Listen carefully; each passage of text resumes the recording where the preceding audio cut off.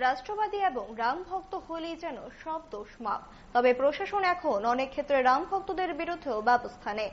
সাবরুম নগর পঞ্চায়েতে অফিসের ঠিক ঢিলছোড়া দূরত্বে জাতীয় সড়কের পাশে মৃত গৌরাঙ্গ রায়ের ছেলে অপূর্ব রায় বেআইনিভাবে বিল্ডিং নির্মাণ করছেন বলে অভিযোগ। সোমবার ঘটনাস্থলে গিয়ে ডিসিএম মনোজ প্রভাকর পাল নির্মাণ কাজ বন্ধ করার নির্দেশ দেন। তিনি জানান, বিল্ডিং নির্মিত হচ্ছে অথচ তারা কোনো অনুমতি পর্যন্ত নেননি।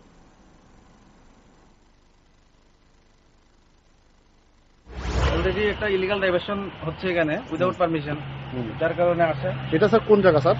এটা সাবরুমেরই আইসিপির পাশে সংলগ্ন একটা প্লট। তো এর পাশে একটা খাস জায়গা দেখেছি আমরা, হরিয়ম আশ্রম। হরিয়ম আশ্রম।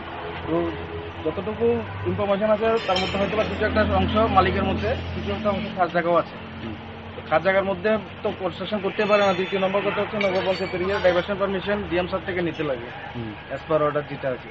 তো ওইটারও পারমিশন নেই ওদের কাছে। নগর পঞ্চায়েতের কোনো পারমিশন নেই না, নগর পঞ্চায়েত তো হচ্ছে বিল্ডিং প্ল্যান অ্যাপ্রুভ করার জন্য, কিন্তু বাকিটা হচ্ছে আপনার যে ডাইভারশন পারমিশন বাস্তব করার জন্য সেটা ডিএম স্যার থেকে নিতে লাগবে, নগর পঞ্চায়েত থেকে।